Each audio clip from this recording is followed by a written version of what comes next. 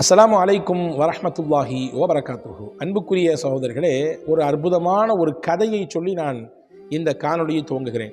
ஒரு ஆச்சரியமான, அதே நேரத்தில் நம் எல்லோருக்கும் ஒரு தன்னம்பிக்கையை தரக்கூடிய, இறைவனின் மீது கூடுதல் அன்பையும் பிரியத்தையும் உள்ளார்ந்த ஈடுபாட்டையும், அவனை வணங்க வேண்டும், அவனை நினைக்க வேண்டும், அவனின் பக்கம் நாம் நெருங்க வேண்டும் என்பது மீது உண்டான ஒரு அக்கறையையும் தரக்கூடிய ஒரு அதி அற்புதமான ஒரு நிகழ்ச்சி. கதை என்று சொல்வதை விட அது ஒரு வரலாற்று செய்தி, நடந்த செய்தி, நபிமார்களுடைய வாழ்க்கையில் நடந்த சரிதை. அதை உங்களுக்கு சொல்கிறேன். இந்த காணொளியை முழுமையாக நீங்கள் பாருங்கள். இந்த காணொளியின் இறுதியிலே இந்த கதையின் மூலமாக நமக்கு என்ன மாறல், அதையும் நம்ம படிக்க போகிறோம். இன்ஷா அல்லாஹ் நீங்கள் முழுமையாக பார்த்து நீங்களும் நானும் இதன் மூலமாக பயனடைய வேண்டும். அல்லாஹ் தௌஃபீக் செய்வானாக. மூசா அலைஹிஸ்ஸலாமுடைய காலத்தில் கடுமையான வறுமை, பஞ்சம், கடுமையான ஏழ்மை, மழை இல்லாமல் உயிரினங்கள்லாம் செத்து போகிற நிலைமைக்கு வந்து போச்சு. ஆமாங்க, மழை கிடைக்காட்டி என்ன ஆகும்? எம்பிட்டு தான் நம்ம வெளியிலிருந்து செயற்கையாக உருவாக்கினாலும் இயற்கையாக மழை தேவையே. செயற்கையாக எவ்வளவு உபகரணங்களை வைத்து நாம் நம்முடைய நீராதாரங்களை வலுப்படுத்தி கொண்டாலும் இயற்கையாக இறைவனுடைய புறத்திலிருந்து கிடைக்கக்கூடிய மழை கிடைத்தாக வேண்டும். இல்லைன்னா பெரிய கஷ்டம், பெரிய பஞ்சப்பாடு ஏற்பட்டு போயிடும், உணவு பஞ்சம் ஏற்பட்டு போயிடும், உயிரிழப்புகள் ஏற்பட்டு போயிடும், வறுமையும் பட்டினியும் கோரதாண்ட வாழக்கூடிய சூழல் ஏற்பட்டு போயிடும். அப்படியான ஒரு நெருக்கடியான நிலைமை. இப்போ மூசா அலைஹிஸ்ஸலாம் என்ன செஞ்சாங்க? அப்படி ஒரு சூழல் இருக்கிறதுனால எல்லா மக்களையும் ஒன்று சேர்த்து ஒரு மைதானத்துக்கு கொண்டு வந்து அல்லாட்ட சலாத்துல் இஸ்திஸ்கா, மழை தேடி தொழக்கூடிய தொழுகை தொழுது அல்லாட்ட பாவ மன்னிப்பு கேட்டு, யா அல்லாஹ் எங்களுக்கு மழையை கொடு ரப்பே, நாங்கள் செஞ்ச பாவத்தினால தான் நீ மழையை தடுத்து வச்சிருக்க போல தெரியுது, எனவே நீ மழையை கொடுத்துரு, கஷ்டமாக இருக்குது, ரொம்ப வறுமையாக இருக்குது, ரொம்ப பெரிய இழப்பு ஏற்பட்டு போயிடும், மழையை கொடுன்னு அல்லாட்ட கேட்டாங்க.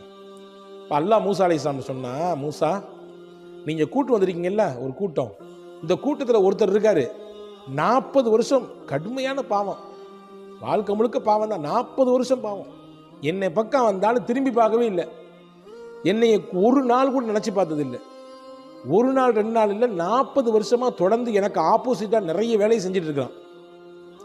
அந்த ஒருத்த அந்த கூட்டத்தில் இருக்கான்றதுனால தான் நான் மழை கொடுக்காம இருக்கேன். அந்த ஒருத்த அந்த கூட்டத்தில் இருக்கான்றதுனால தான் மழை தடைப்பட்டு நிற்குது, மற்றவங்களுக்கெல்லாம் மழை வராமல் நிற்குது, வறுமை பஞ்சம் பீடிச்சிருக்குது. அவர் கலந்துட்டாருன்னா பிரச்சனை இல்லை, மழையை கொடுத்துடலாம். மூசா அலைஹிஸ்ஸலாம் எந்திரி சொன்னாங்கப்பா, யாரோ இந்த கூட்டத்தில் 40 வருஷமாக பாவம் செஞ்சுட்டு இருக்கீங்க, பெரிய பாவம், தயவு செஞ்சு நீங்கள் எந்திரிச்சு வெளியே போயிருங்க, உங்களால் மொத்த கூட்டத்துக்குமே மழை இல்லாமல் கிடைக்குது, வறுமையிலையும் பஞ்சத்திலுமோ அழிஞ்சு போயிடுவோம், கால்நடைகளும் உயிர்களும் செத்து போயிடும், எனவே நீங்கள் தயவு செஞ்சு எஞ்சி வெளியே போயிருங்க, நீங்கள் போயிட்டீங்கன்னா மழை கிடைச்சிடும். போன மாதிரி யாருமே போன மாதிரி தெரியல. மறுபடியும் செஞ்சாங்க. எந்திரிச்சு மூசா அலைஹிஸ்ஸலாம் பேசுகிறாங்க, இப்போ யாருமே போன மாதிரி தெரியல, இருக்கிறது கன்ஃபார்ம், ஏன்னா சொன்னது நீங்களும் நான் சாதாரண மனிதர் இல்லை, அல்லாஹ் சொல்லியிருக்கான், எனவே எந்திரிச்சு போயிருங்க தயவு செஞ்சு, உங்களால் மொத்த கூட்டத்துக்கும் மழை தடைப்பட்டு போக வேண்டாம், போயிருங்களேன் அப்படின்னா. யாருமே போகலை. வருத்தப்பட்ட மூசா அலைஹிஸ்ஸலாம் மறுபடியும் எந்திரிச்சாங்க. எந்திரிச்சு சொன்னாங்க, தயவு செஞ்சு நான் மறுபடியும் சொல்கிறேன், உங்களுக்கு நான் ரொம்ப பணிவோடு கேட்டுக்கிறேன், யாருன்றதை நாங்கள் பார்க்க வேண்டாம், நீங்களே எந்திரிச்சு போயிருங்க, யாருக்கும் தெரியாமல் எந்திரிச்சு போயிருங்க, நீங்கள் இருக்கிறதுனால மழை கிடைக்காம இருக்குதுப்பா அப்படின்னு சொன்ன உடனே அந்த குறிப்பிட்ட மனிதர் இருந்தாலும், அந்த பர்டிகுலர் மனிதர், அவருக்கு ரொம்ப வருத்தமாகி போச்சு. அல்லாஹ், என்னால் இவ்வளவு பெரிய பாதிப்பா, என் மக்களுக்கு பாதிப்பா, இவ்வளோ பெரிய பஞ்சமா வறுமையா, அது நான் செஞ்ச பாவமா காரணம் அல்லாஹ் அப்படின்னு மேலே ஆடையை தூக்கி தலைக்கு மேலே போட்டுக்கிட்டாரு. போட்டுக்கிட்டு அப்படியே கண்ணீர் விட்டு அழுதாரு, இறைவா என்னை மன்னிச்சிரு, 40 வருஷம் உண்மைதான், நிறைய பாவம் செஞ்சுட்டேன், என்னை மன்னிச்சிரு ரப்பே, நீ என்னை பிடிச்சிடாத, தயவு செஞ்சு என்னை மன்னிச்சிரு, நீ கொடுக்க வேண்டிய அருளை கொடுத்துரு, நான் மொத்த பாவத்திலிருந்து நீங்கிட்டேன், இனிமேல் பாவத்தின் பக்கம் நினைத்து கூட பார்க்க மாட்டேன், எம்பிட்டு பாவங்கள் செஞ்சனும் எல்லா பாவத்துக்கும் நான் இன்னைக்கே தௌபா செஞ்சிடறேன், எனவே நீ கொடுக்குற மலையை ரப்பே கொடுத்துடுற அல்லாஹ் அப்படின்னு சொல்லி அல்லாட்ட அழுது உருக்கமாக துவா செய்தார்.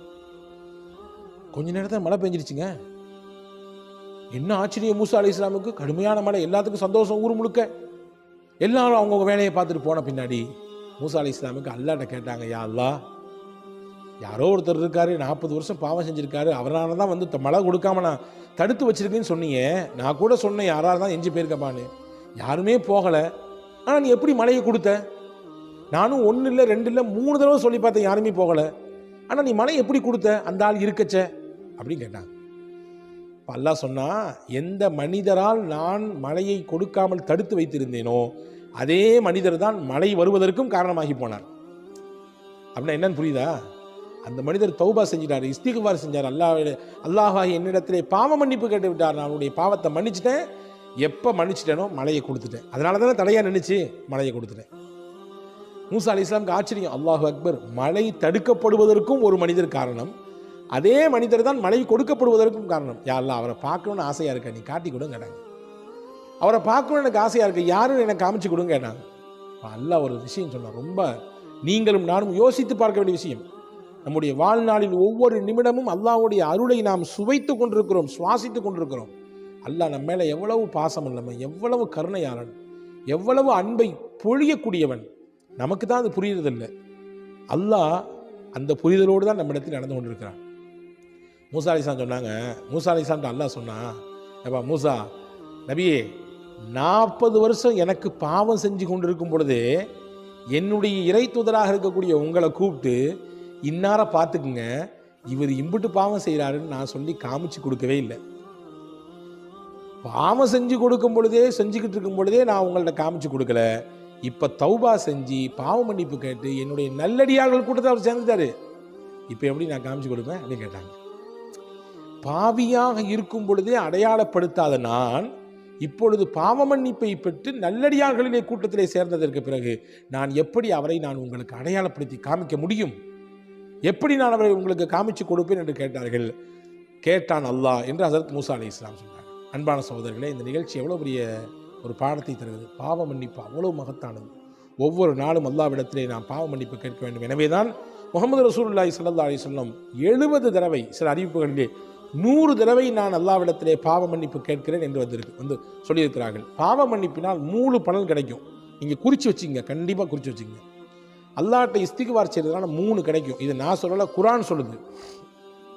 நீங்கள் பாவ மன்னிப்பு கேட்டால் யுர்சிலி சமா அலைக்கும் மிதுராரா, அல்லாஹ் உங்களுக்கு வறுமையை போக்குவதற்கு மழை கொடுப்பான், உங்களுடைய பஞ்சத்தை அழிப்பதற்கு வானிலிருந்து மழையை கொடுப்பான். இது பாவ மன்னிப்பினால் கிடைக்கக்கூடியது. 2வது சொல்கிறாங்க, முக்கியமான நம்ம எல்லாத்துக்கும் தேவை, ஒயுந்திதுக்கும் அம்வால், உங்களுடைய பொருளாதாரத்திலே வளத்தை கொடுப்பான், உயரத்தை கொடுப்பான், நல்ல முன்னேற்றத்தை தருவான். நீங்கள் எந்த அளவுக்கு அல்லாஹ்ட்ட இஸ்திக்பார் செய்றீங்களோ அந்த அளவுக்கு உங்களுக்கு காசு கிடைக்கும். அதாவது பொருளாதாரத்திலே பரக்கத் கிடைக்கும், பொருளாதாரத்திலே வளர்ச்சி கிடைக்கும், பொருளாதாரத்திலே முன்னேற்றம் கிடைக்கும். உங்களுடைய வியாபாரத்தை, உங்களுடைய தொழிலிலே நல்ல வளர்ச்சியை நீங்கள் பார்ப்பீர்கள், பாவ மன்னிப்பை செய்ய செய்ய செய்ய செய்ய. 3வது அல்லாஹ் முக்கியமாக சொன்னால், பனீன், பிள்ளை இல்லாமல் இயங்கி கொண்டிருக்கக்கூடிய தம்பதிகள் அதிகப்படியாக அல்லாஹ்விடத்தில் இஸ்திக்பார் செய்யணும். அப்படின்னா என்ன பொருள்? நீங்கள் செஞ்சுருக்கக்கூடிய பாவத்தினால தான் உங்களுக்கு பிள்ளை தராமல் அல்லாஹ் இருக்கிறானா, அப்படி புரிஞ்சிடக்கூடாது.